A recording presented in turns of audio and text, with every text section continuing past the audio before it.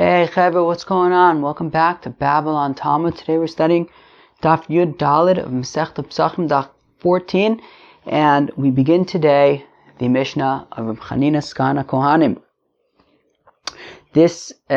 With this we begin a week of very in-depth look at halachos of Tumah and Tahara. And look. We've learned Masechta Shabbos. There was a lot of Tumah and Tahara in Masechta Shabbos. Also in the 8th parak of Masechta Brachos, we had that sort of sugya of Tumah and Tahara. So this is not our first time, but it's definitely a deep dive into Tumah and Tahara for the next week. For today, there isn't too much crazy stuff that we need to know, or stuff that we should probably be somewhat familiar with. Rishon l'tumah, Sheni l'tumah, things like that. I think I'll just kind of explain them as they come up. So with that, let us begin. It says the Mishnah, Daf Yud Daled, 5 lines into the page. Reb Hanina Sgan Hakohanim Omer, says Reb Hanina, who is the Sgan Hakohanim. I was actually at my friend's house today, and I looked it up with him. He was the last, the Sgan Hakohanim was the assistant to the Kohen Gadol, right? Almost like the vice president. If something were to happen to the Kohen Gadol, if he'd become Tamei or something like that, so the Sgan Hakohanim would kind of fill in for that time. Anyways, and he lived at the end of the second Beis HaMikdash and afterwards. So he testified that Mimeim Shakohanim, that the Kohanim lo nimnu milisrof es habasur shenidma bivlada tuma im habasur shenidma ba'ava tuma. Afal pishum osifin tuma al tumaso. So he said that the Kohanim, that they had no problem burning meat that became tamei from a vlad hatuma. What's a vlad hatuma? Vlad hatuma is rishon l'tumah. Okay, meaning you have an avi avos hatuma. Who could tell me what an avi avos hatuma is? A corpse is an avi avos hatuma. That is the only example of an avi avos hatuma. Then you have an av hatuma. That is things like somebody who touched a corpse, or a sheretz, right, a dead rodent, or a zav, zava, mitzora, nida. These are all examples of avatumas. And then a vladatuma would be a rishon latuma, right? And then you have sheni latuma, shlishi latuma, revi latuma. Now, of course, a shlishi latuma, right? So, how much do we want to get into this? I guess we may as well get into this, right? So, what's an example of a rishon latuma? So, basically, an avatuma is able to be matame odom v'kelim, right? It can be matame people and vessels, right? So if you have a person, if a dead sheretz falls on a person, so that person will become tamei. Also, if it falls on some kind of a vessel, some kind of a kli, so that would become tamei as well. Now a rishon, and that would be a rishon latuma. So now a rishon latuma could be matame ochlin umashkin, right? Can matame food and drinks, and then that will become a sheni latuma. Now, that is where Tumah ends for chulin, for just regular kinds of things. However, when it comes to Truma, and when it comes to Kodshim, right, Korbanos, so then there are more levels of Tumah. So, when it comes to Truma can become a Shlishi Latuma, and it's what's called Pasul. It becomes Pasul at the Shlishi level, because at that point, if you have Truma that comes in contact with the Sheni Latuma, so it becomes a shlishi l'tumah, but it ends there. It can't be matame anything else. Now, if this thing that became a shlishi was not truma, but it was kodshim, it was like korban meat, so then it becomes a shlishi l'tumah, and it's still tamei, because if it touches other korban meat, so then that will become a revi'i l'tumah, and at that point, that's where the tumah ends for kodshim. And we're actually going to see today on today's daf that it's actually machlokas, a three-way machlokas, if food is able to be matame other food, which is an interesting question, because this whole concept of a revi'i l'tumah by kodshim, theoretically, that's really only possible if it's really only possible if you say that food can be matame other food, right? Meaning meat of kodshim that touches other meat of kodshim is meat touching meat. So we're going to see it's machlokas if that's actually going to then be midoraisa or midorabanan. But anyways, in a nutshell, that is kind of the laws of Tumah and Tahara in their most basic form. Once you start getting into the dirabanan aspects of Tumah and Tahara, then it becomes a real mess. But The Mida Oraisas are more or less that. So it says Reb Hanina Sgan Hakohanim that the Kohanim had no problem burning a basar shenitma bevlad hatuma, so meat that became tamei from a vlad hatuma, right? So a vlad hatuma being a rishon l'tuma, and the assumption right now is that it's talking about a rishon l'tuma. And so if you have meat that became tamei from a rishon l'tuma, so that makes it a sheni l'tuma. Okay? They would have no problem burning meat that was a sheni l'tuma im habasar shenitma ba'avatuma, with kadsha meat. So this is kadsha meat that was a sheni l'tuma. They would have no problem burning it with kadsha meat that became tamei from an avatuma, i.e. a rishon l'tuma. Okay, the Gemara is going to ask, what should the problem be anyways? Because a sheni that touches a rishon just basically remains a sheni. It's not going to become any more tamei than it already is. The Gemara is going to ask that question. And we say, afapishim osifin tuma al tumaso, even though it makes it more tamei. And the Gemara is going to ask, what do you mean it makes it more tamei? A sheni that touches a rishon remains a sheni. So the Gemara is going to ask that question. Hosef Rabbi Akiva. Rabbi Akiva then said, V'amar, Mimeim shakohanim lo nimnu mi'lehadlik es hashemen shenifsal. You see, here's this concept of pasul bitvul yom b'ner shenitma b'tmemeis afalpishim mosifin tuma al tumaso. Okay, so remember once again, what are these neiros that we're talking about? What are these candles?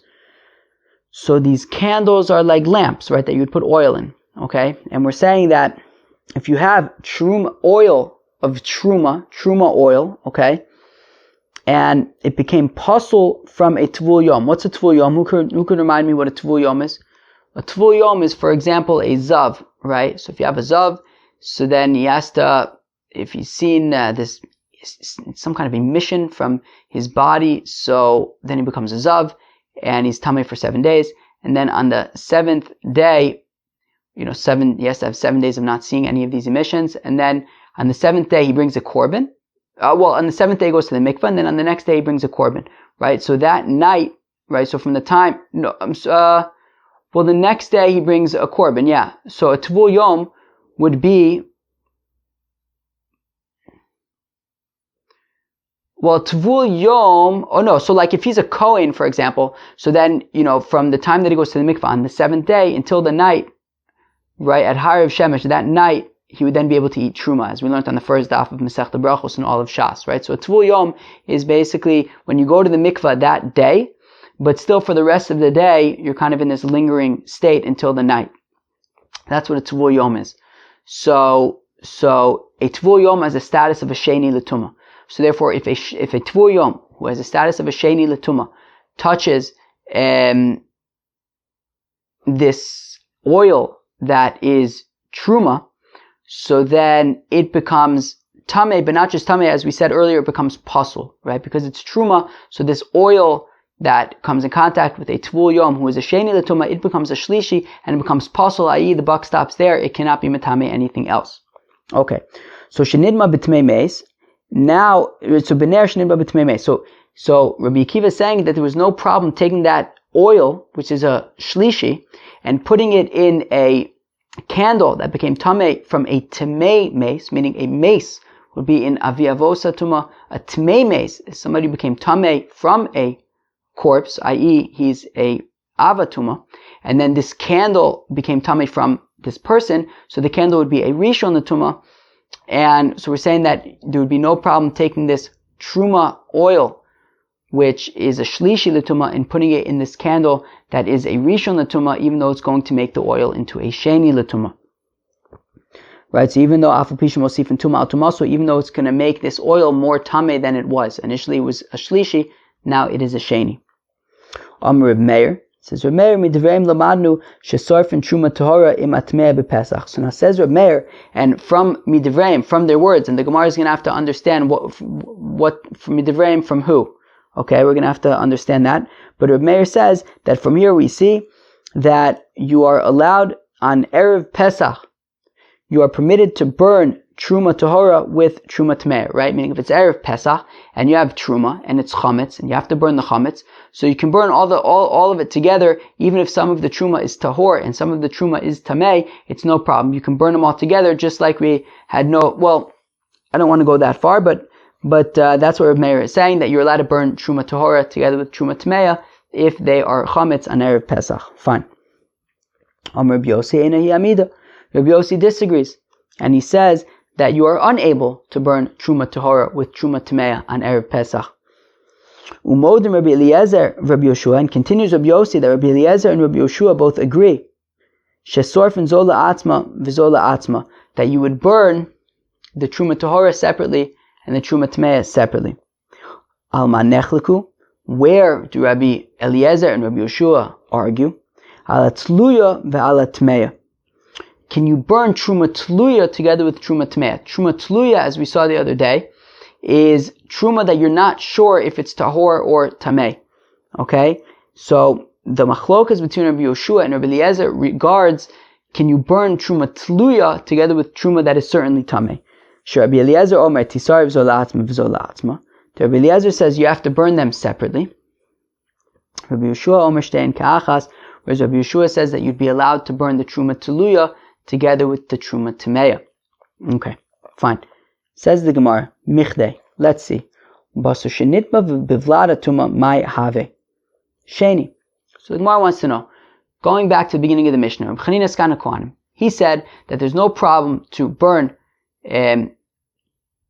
Bisar Kodshim, meat of Korbanos, that became Tameh from a Vlada Tuma, i.e. it became Tameh, and that's what the Gemara is saying, right? Michte, Baso Shinitma Bivlada Tuma. What exactly is this meat that became Tameh from a Vlada Tuma? What's a Vlada Tuma? A Rishon Tuma.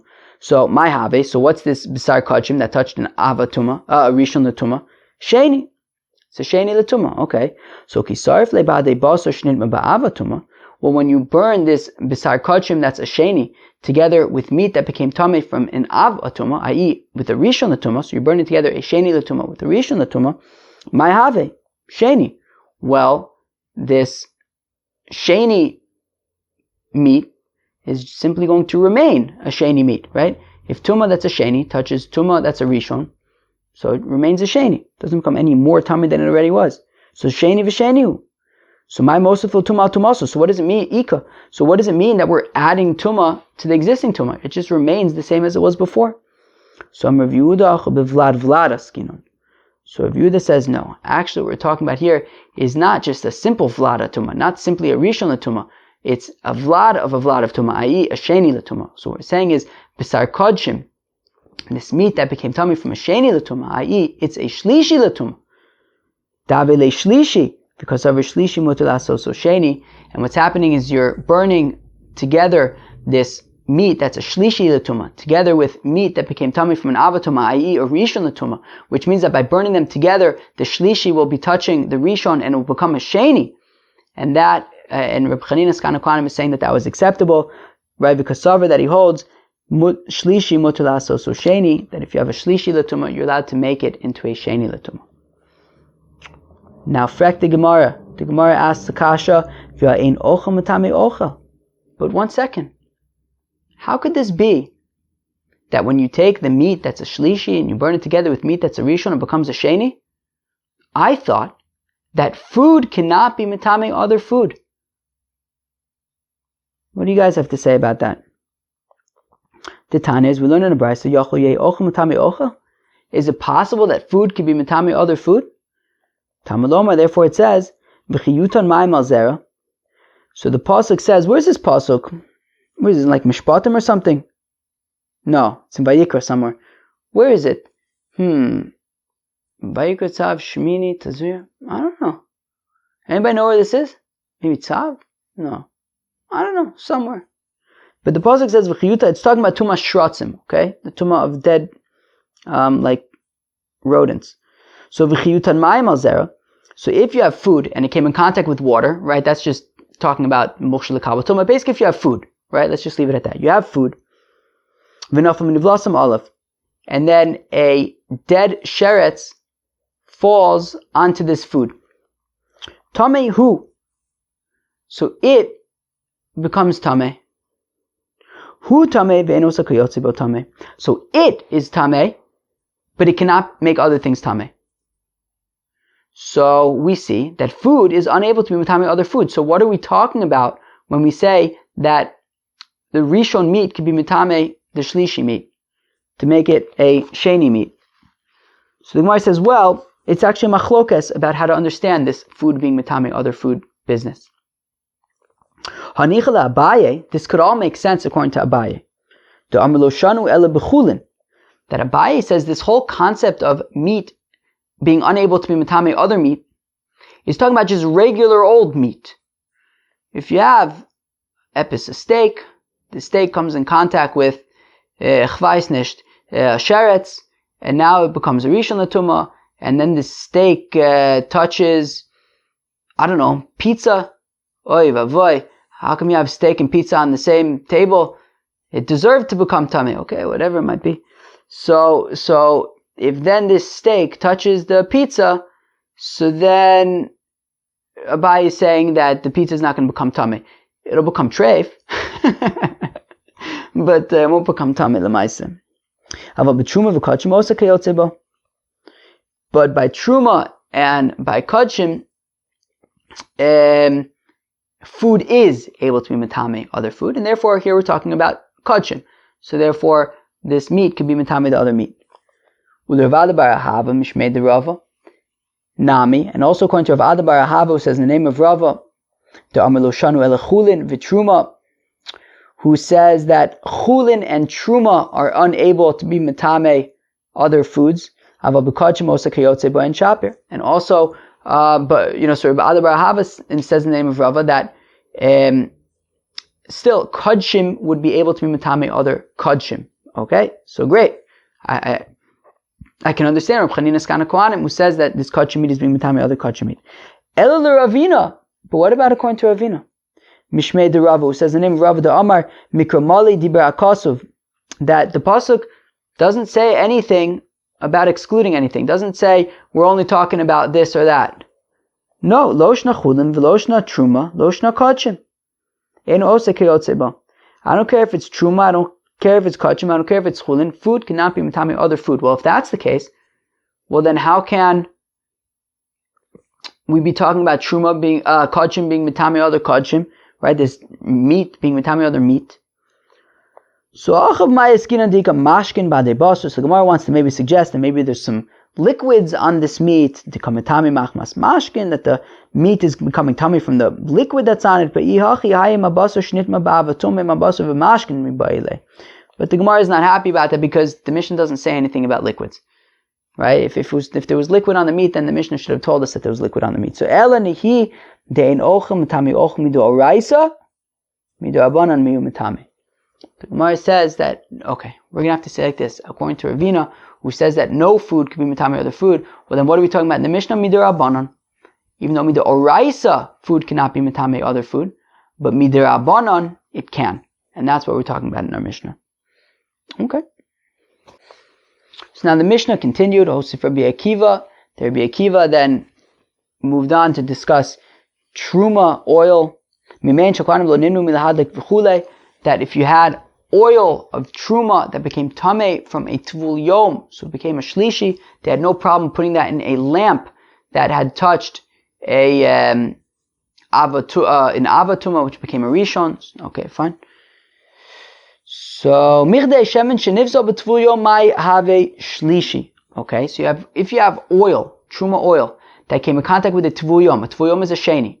So then the oil becomes a shlishi. And when you light this oil in a lamp that became tameh from a tmei mace, right? A mace is an aviyah tuma. A tmei mace, somebody who touched a dead body, is an avatuma, and then this lamp became tameh from the avatuma, i.e., it's a rishon latuma. So if you have this oil that's a shlishi coming in contact with a rishon, it becomes a sheni. Have sheni, my kamash malon, shlishi mutul asoso sheni. What is it teaching us? That a shlishi you're allowed to make into a sheni? We know that from Hanina Sgan Hakohanim. We know that from the B'sar Kodshim. So what's the chiddush? Rav Yehuda hacha b'ner shamateches askinon. So says Rav Yehuda, here we're talking about a lamp that is made of metal. No, what's the chiddush? Who can tell me what the chiddush is? Drachmana Omar, that the pasuk says b'chalal chereb, that it talks about by tumas hameis.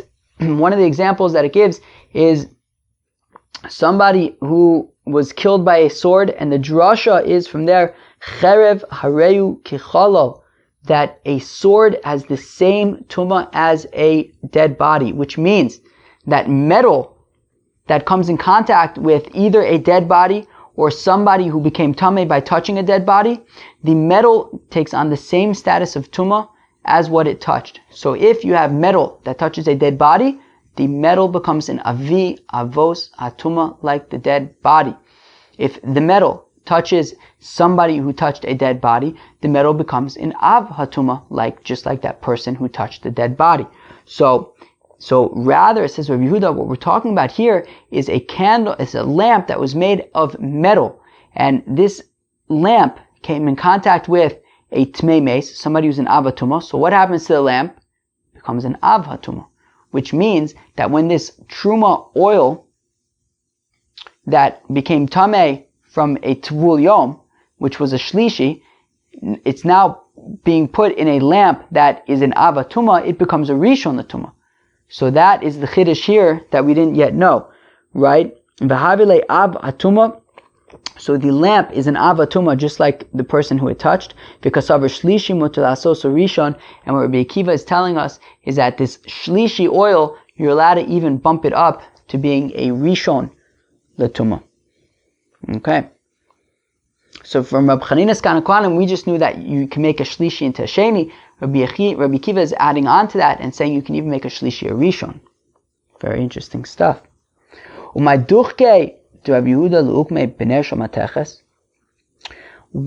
Rabbi Yehuda need to say that we are talking about a lamp that is made of metal? Why don't we just say it's talking about a regular lamp that was made out of earthenware?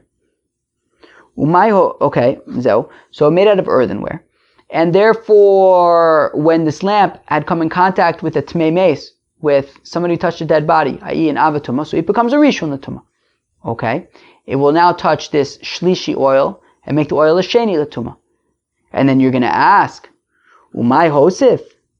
Then what is Rabbi Akiva adding? What chiddush is it that we didn't know from before? We already knew from Rabbi Hanina Sgan Hakohanim that if shlishi meat's allowed to be burnt together with rishon meat, even though it makes it a sheni. So what's the chiddush here by the shlishi oil coming in contact with the rishon lamp and making the oil a sheni? What's the chiddush? Well, the chiddush is the ilu hasam tameh v'tameh. When it comes to the b'sar kodshim, the rishon l'tumah was tameh, and the shlishi l'tumah was tameh. V'ilu hacha pasul v'tameh. But over here, we're talking about oil that was pasul, right? It was unable to be metameh other things. It was already pasul, and it's coming in contact with a rishon lamp, and it's making it a sheni, and it's making it tameh once again, that as a sheni, this oil cannot be metameh other things. Amar Rava masnisin kshise. So Rava says the reason why Rav Yehuda did not say that, the reason why Rav Yehuda said that the lamp was made out of metal and did not say it was made out of earthenware, and that the chiddush of the from pasul to tameh, because he said, Rav Yehuda said, look, there's something funny in our Mishnah. What does it say? My irya detani ner shenitma b'tmei meis nisne nitma shenitma b'sharetz. Because Rav Yehuda his thought process was, if it's true that we're talking about a lamp made out of earthenware, well, if that's the case, then it didn't necessarily have to become tameh from a tmei mace specifically. It just had to become tameh from any av hatuma, right? Meaning, if we're talking about a lamp that was made out of earthenware and it's a rishon l'tumah, so it could have become a rishon l'tumah because it touched somebody who touched a dead body, a tmei mace. It also could have been a rishon l'tumah because it touched a sheretz, or a zav, or a mitzorah.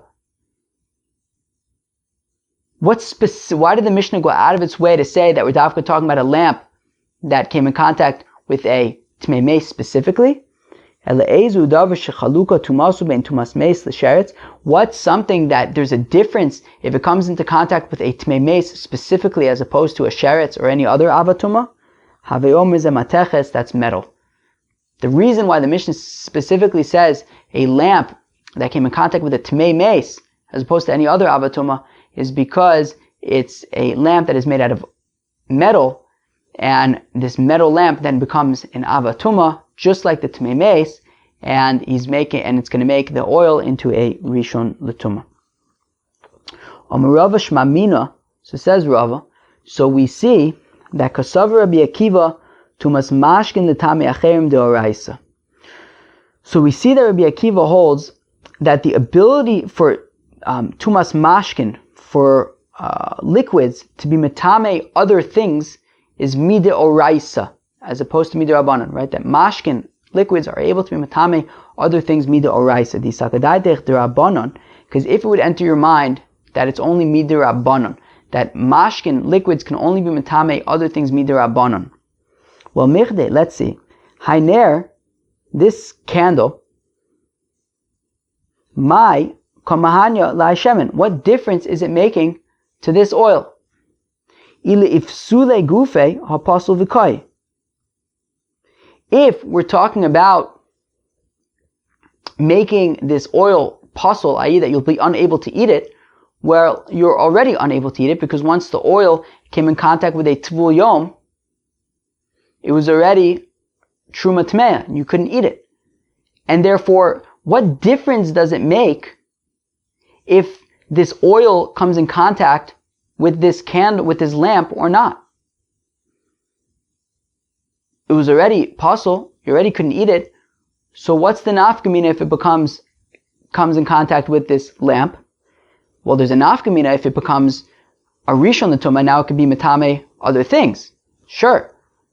But if we're talking about midar rabbanan, remember the 8th parak of Masechta Brachos. If we're talking about tumah d'Rabbanan, well, any time any tumah comes in contact with liquids, that liquid is going to become a rishon midar rabbanan, and it's a gzera because of the ma'ayanos hazav. Right? If you have a zav, so not only is he in avatuma, but his spit is also in avatuma, and therefore it can be metame other things. So as a gezerah out of concern of the spit of a zav, we say that any liquids that comes in contact with tuma becomes a rishon l'tuma, midar rabbanan. So if we're talking about midar rabbanans, well then it really doesn't make a difference, because it would be a rishon anyways when it comes into contact with any tumas, right? So mimai dilma l'tame acher midar rabbanan, right? So the Gemara says, well, okay, maybe we're talking about that, what Rabbi Akiva is saying is that this shemen will not become a rishon l'tuma midar rabbanan, but midar rabbanan, but if it's midar rabbanan, my irya ba'ava tuma. Why does this oil need to specifically come in contact with this lamp that's an avatuma? Afilu b'rishon v'sheni nami tchila have. But if we're talking about midar rabbanan, well then this oil will become a rishon l'tuma even if it comes in contact with a rishon l'tuma or even a sheni l'tuma. Any tuma that comes in contact with liquids becomes a rishon l'tuma midar rabbanan. Titnan, as we learn in the Mishnah, kol aposel satruma, anything that can make truma pasul, i.e. a sheni l'tuma, metame mashkin lios tchila, is metame mashkin to be a rishon l'tuma. Chutz mitvul yom, the exception being a tvul yom, elishmamina, de oraisa he. So rather, the chiddush must be that what Rabbi Akiva is saying is that when this oil comes in contact with this lamp that is an avatuma, we're saying because it's metal, it's an avatuma. What's the chiddush? The chiddush is, well, it was a shlishi, now it's becoming a rishon, and it can be metame mida oraisa, other things that it was unable to be metame before. Chevra, we're going to stop here. Tomorrow is going to be a big day, but I think that this is just a good stopping point for now. Also, today was our first day of our deep dive into the section of Gemara of Hanina, Sgan, Hakohanim. The good thing about this is that this is one of the big Tumah and Tara sugyas of Shas. I think there's a Gemara in Chulin, it comes up, over here it comes up, it came up in Shabbos, right, in the first parak, and you see it's a Shabbos. So it's going to be intense, and you got to halt kappa shtickle, but it's good to learn. It's a big sugya. It's a big sugya. So, anyways, so today we talked about really Tumah and Tara, different levels of Tumah, Rishon, Sheni, Shlishi, Revi. The big machlokas that we got to in the middle, an important machlokas that we got to in the middle was can ochel be metame other ochel? We saw machlokas between Abaye and Rav Adabar Ahava / Ravina in the name of Rava. Abaye says that when ochel is unable to be matami other ochel, that is specifically by chulin, but by truma and by kodshim, ochel is able to be matami other ochel. Rav Ada bar Ahava says in the name of Rava that ochel is able to be matami ochel by kodshim, but not by chulin and by truma. And Ravina says that in the name of Rava that ochel is never able to be mitami other ochel, and therefore in the Mishnah when we say this meat of kodshim it's mitami other meat of kodshim, it's dafka talking about midrabanan. We got a little bit into the sugya of cherev areu kechalal, which is a very interesting concept, which is that metal, when it comes into contact either with a dead body or a avatum, right, somebody who came in contact with the dead body, so it takes on the same status of that which it touched. That was interesting sugya, and yeah, I think that we're like the big stuff here in Daf Yudalid. Hope you enjoyed it. Peace out.